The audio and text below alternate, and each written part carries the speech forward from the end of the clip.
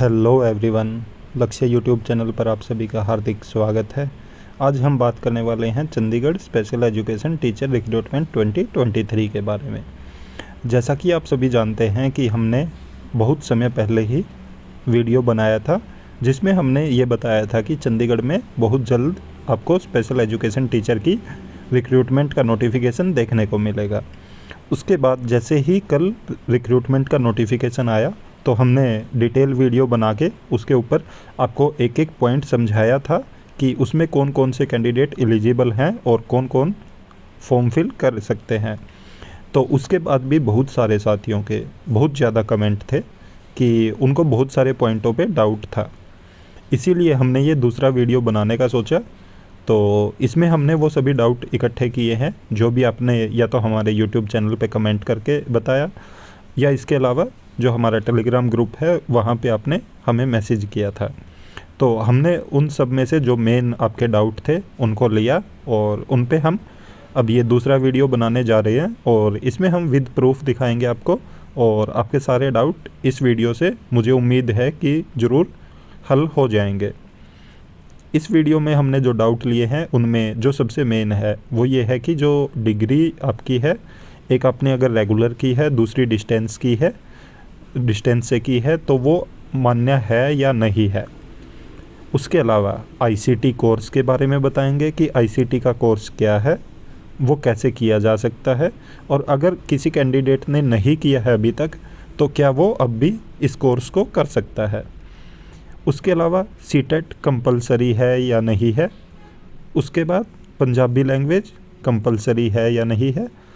उसके बाद जो पीआरटी की वैकेंसी आई है उसमें जो एलिजिबिलिटी क्राइटेरिया है उसके लिए अगर आपके पास ग्रेजुएशन नहीं है तो क्या आप फिर भी फॉर्म फिल कर सकते हैं या नहीं, और जो साथी फाइनल ईयर में है क्या वो अप्लाई कर सकते हैं या नहीं।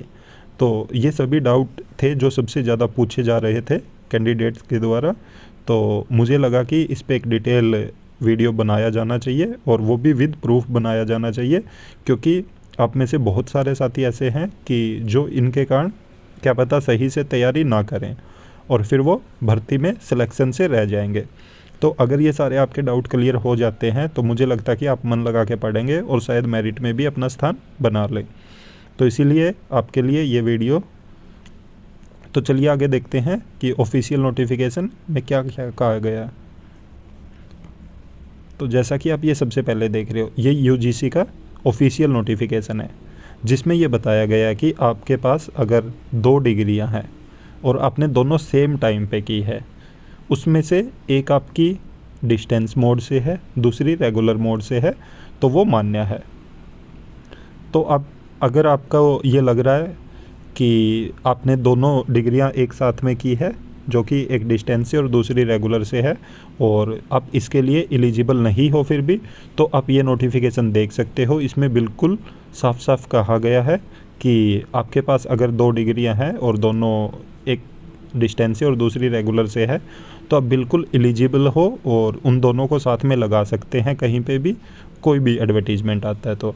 और मैंने फुल एडवर्टीज़मेंट पढ़ा है, बिल्कुल एक एक वर्डिंग पढ़ी है उसकी, उसमें कहीं भी ऐसा मेंशन नहीं किया गया है कि अगर आपने दोनों डिग्री साथ में की है तो आप उसके लिए एलिजिबल नहीं हैं। मुझे नहीं पता ये डाउट आपको कहाँ से हुआ है, कैसे हुआ है, बट क्लियर करना मेरा काम था कि आपके सभी डाउट क्लियर हों। तो इसलिए ये मैंने ऑफिशियल साइट से इनकी नोटिफिकेशन लिया है और इसमें बिल्कुल बोला गया कि अगर आपके पास एक डिग्री डिस्टेंस से है और दूसरी रेगुलर से है तो बिल्कुल आप एलिजिबल होते हो किसी भी पोस्ट पे अप्लाई करने के लिए। उसके बाद जो दूसरा डाउट है वो ये था कि आईसीटी के बारे में। जैसा कि आप यहाँ पे सबसे नीचे देख रहे हो, ये आईसीटी के बारे में बोला गया है। यहाँ पे सबसे पहले तो ये बोला कि ये दोनों लेवल के लिए, चाहे वो टीजीटी है या जेबीटी है, तो दोनों लेवल के लिए ये ज़रूरी है आईसीटी का कोर्स होना। फिर उसके बाद अगर हम बात करें आईसीटी कोर्स की तो इसमें ये बताया गया है कि कोर्स ऑन कंप्यूटर कॉन्सेप्ट्स, जो कि 80 आवर्स का बोला गया इन्होंने।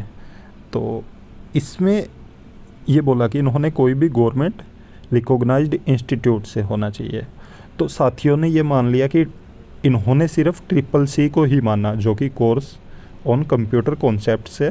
तो सिर्फ CCC मांग रहे हैं ये, जिसके पास CCC नहीं है वो फॉर्म नहीं फिल कर पाएगा। बट इन्होंने एक ये बोला कि आपके पास अगर 80 आवर्स का CCC है तो आप उसके लिए एलिजिबल हो। उसके आगे अगर आप देखोगे तो यहाँ पे इन्होंने लिखा और इसके अलावा जैसे कि यहाँ पे है ISO 9001 सर्टिफाइड। तो ये एक संस्था है जो कि अप्रूवल देती है इंस्टीट्यूट को कि वो कंप्यूटर का कोर्स करवा सके। जिस स्किल कोर्स करवाने के लिए ISO 9001 अप्रूवल देती है इंस्टीट्यूट को। तो जिस किसी भी इंस्टीट्यूट को ISO ने अप्रूवल दिया है और आपने वहाँ से कंप्यूटर का स्किल कोर्स किया है तो आपका वो बिल्कुल मान्य है और आप इस पोस्ट के लिए एलिजिबल हैं। तो आप यहाँ पे लगा सकते हैं। इसके बाद इन्होंने और भी यहाँ पे बताया कि डिपार्टमेंट ऑफ इलेक्ट्रॉनिक और NIELIT यहाँ से भी अगर आपने किया है तो आपका बिल्कुल माना जाएगा वो सर्टिफिकेट। बस शर्त इनकी ये है कि वो 80 आवर से कम नहीं होना चाहिए। इन्होंने मिनिमम टाइम पीरियड बता दिया कि मिनिमम आपका 80 आवर होना चाहिए। तो अगर इससे कम का किया आपने तो आप एलिजिबल नहीं है। अगर आपका 80 आवर का है तो आप एलिजिबल हैं, अगर आपने मान्यता प्राप्त इंस्टीट्यूट से किया है। फिर ये डाउट था कि बहुत सारे कैंडिडेट ने ICT स्किल्स कोर्स नहीं किया हुआ है, तो उनका ये डाउट था कि सर हम अब कर सकते हैं या नहीं कर सकते। जैसा कि आप यहाँ पे ये लास्ट लाइन देख रहे हो, इन्होंने बोला कि this condition must be satisfied before issuing of appointment letter. तो अगर हम इस लाइन का मीनिंग समझे, इन्होंने बोला कि ये जो कंडीशन है ये सेटिस्फाई होनी चाहिए कि जब तक आपको अपॉइंटमेंट लेटर इशू होता है। तो इसका मतलब ये है कि अगर अभी एडवर्टीजमेंट आया है तो इसके बाद पेपर की डेट आएगी, एडमिट कार्ड निकाले जाएंगे, पेपर होगा आपका, ऑफिशियल आंसर की आएगी, ऑब्जेक्शन लिए जाएंगे और फिर कहीं जाके मेरिट लिस्ट आएगी। तो अगर हम इस लाइन के बेस पे देखें और समझें इसको, तो इसका ये मतलब निकलता है कि आप अब भी ये कोर्स कर सकते हैं। अगर आप में से किसी भी साथी ने ये कोर्स नहीं किया हुआ है CCC का, तो आप अभी भी कर सकते हैं, क्योंकि जब तक अपॉइंटमेंट लेटर इश्यू नहीं होता तो तब तक आपका ये कंडीशन सेटिस्फाई होना चाहिए। और जैसे ही आपका अपॉइंटमेंट लेटर इश्यू हो जाएगा तो तब आपको ये दिखाना है कि आपके पास ये जो ICT का स्किल कोर्स है वो आपने किया हुआ है। तो ये 80 आवर का करना है तो 3 मंथ में आपका हो जाएगा। और मुझे लगता है कि 3 मंथ का टाइम इसमें ज़रूर लगेगा। अभी पेपर होना बाकी है और पेपर होने के बाद DV होगा, तो डॉक्यूमेंट वेरिफिकेशन में ही ये आपका चेक करेंगे कि आपके पास ICT स्किल कोर्स का सर्टिफिकेट है या नहीं है। तो आप तब तक इसको कर सकते हो कोर्स को, अगर आपने नहीं किया है तो। बाकी इस लाइन का मीनिंग मैंने बताया है, तो बाकी इनके ऊपर डिपेंड करता है कि ये डॉक्यूमेंट वेरिफिकेशन में क्या बोलते हैं। बट अगर हम इस लाइन को देखें तो इस लाइन का यही मीनिंग बन रहा है कि आप अब भी इस कोर्स को कर सकते हैं। फिर इसके बाद अगर हम बात करें यहाँ पे PRT की एलिजिबिलिटी क्राइटेरिया के बारे में, इन्होंने बोला कि आपके पास ग्रेजुएशन होना चाहिए, साथ में 2 ईयर का डिप्लोमा होना चाहिए। अगर हम यहाँ पे बात करें RCI की, RCI का अगर हम PRT का देखें, यहाँ पे देखो आप, ये है एलिमेंट्री का, जो कि RCI ने बोला है कि एलिमेंट्री के लिए ये एलिजिबिलिटी क्राइटेरिया। इसमें कहीं पे भी ये मेंशन नहीं है कि आपके पास ग्रेजुएशन होनी चाहिए। इन्होंने बोला कि आपके पास 12th होनी चाहिए और आपके पास डिप्लोमा होना चाहिए 2 ईयर का डिसेबिलिटी में, तो आप एलिजिबल हैं। तो मुझे लगता है कि इस वैकेंसी पे ज़रूर केस होगा, और क्योंकि जिन कैंडिडेट के पास ग्रेजुएशन नहीं है वो ज़रूर कोर्ट में जाएंगे। और क्योंकि अगर कोई भी स्पेशल एजुकेटर की वैकेंसी आती है तो उनको RCI के नॉर्म्स के अकॉर्डिंग ही एडवर्टीजमेंट निकालना पड़ता है। तो और ये जो एडवर्टीजमेंट है वो RCI के नॉर्म्स के अकॉर्डिंग नहीं है। अगर हम बात करें तो ये NEP जो हमारी न्यू एजुकेशन पॉलिसी आई है उसमें बोला गया है कि आपके पास ग्रेजुएशन प्लस डिप्लोमा होना चाहिए अगर आपको PRT टीचर लगना है तो। बट अभी तक वो रूल फॉलो नहीं हुआ है, पर इन्होंने न्यू एजुकेशन पॉलिसी के बेस पे एडवर्टीजमेंट निकाला है, तो मुझे लगता है कि जिन साथियों के पास ग्रेजुएशन नहीं है वो ज़रूर कोर्ट में जाएंगे और इस चीज़ पे ज़रूर केस करेंगे वो। तो देखते हैं कि जो भी अपडेट होगा ज़रूर टाइम टू टाइम आपको दिया जाएगा।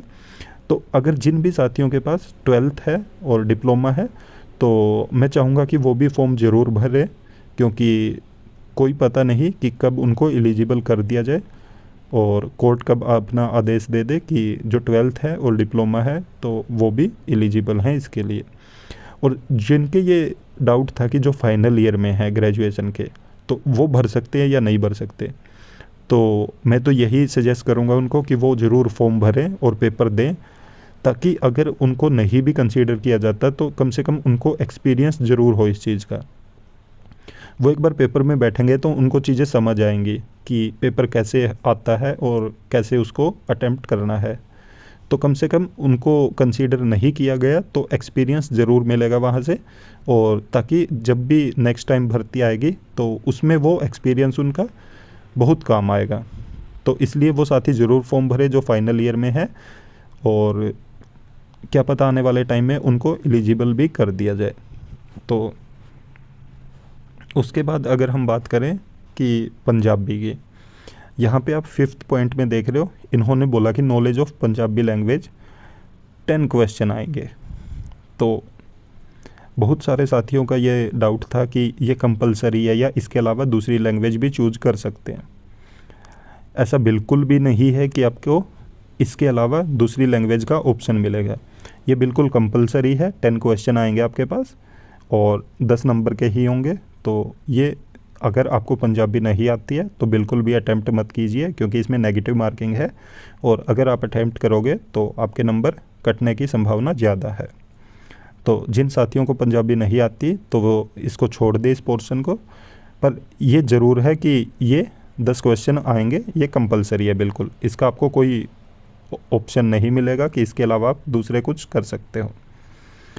और अगर हम लास्ट में बात करें तो मुझे लगता है कि आपके सारे डाउट क्लियर हो चुके होंगे, क्योंकि जो जो मेन डाउट थे वो शायद हमने डिस्कस कर लिए हैं यहाँ पे।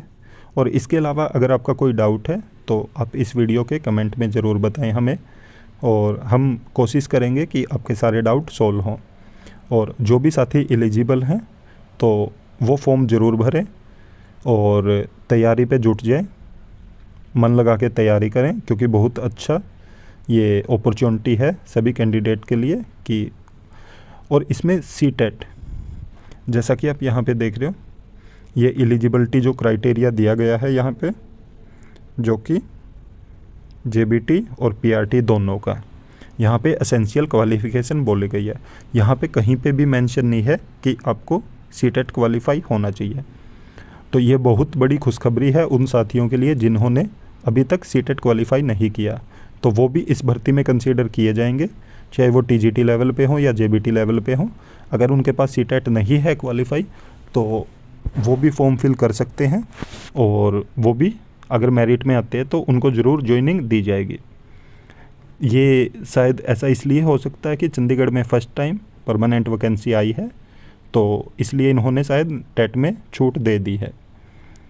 तो ये बहुत अच्छी खुशखबरी है उन साथियों के लिए कि जिनके पास सीटेट नहीं है अभी तक भी, और वो परमानेंट टीचर लगना चाह रहे थे बट वो सीटेट पास नहीं कर पा रहे थे कहीं ना कहीं।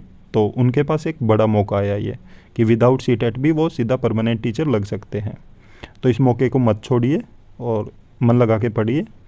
और ऐसी और भी इन्फॉर्मेशन पाने के लिए आप हमारे यूट्यूब चैनल को ज़रूर सब्सक्राइब करें, साथ में बेल आइकन का बटन ज़रूर दबाएं, ताकि जब भी हम वीडियो अपलोड करें तो तुरंत आप तक नोटिफिकेशन पहुंच जाए। और वीडियो को ज़्यादा से ज़्यादा लाइक करें, साथ में शेयर भी करें। Thank you.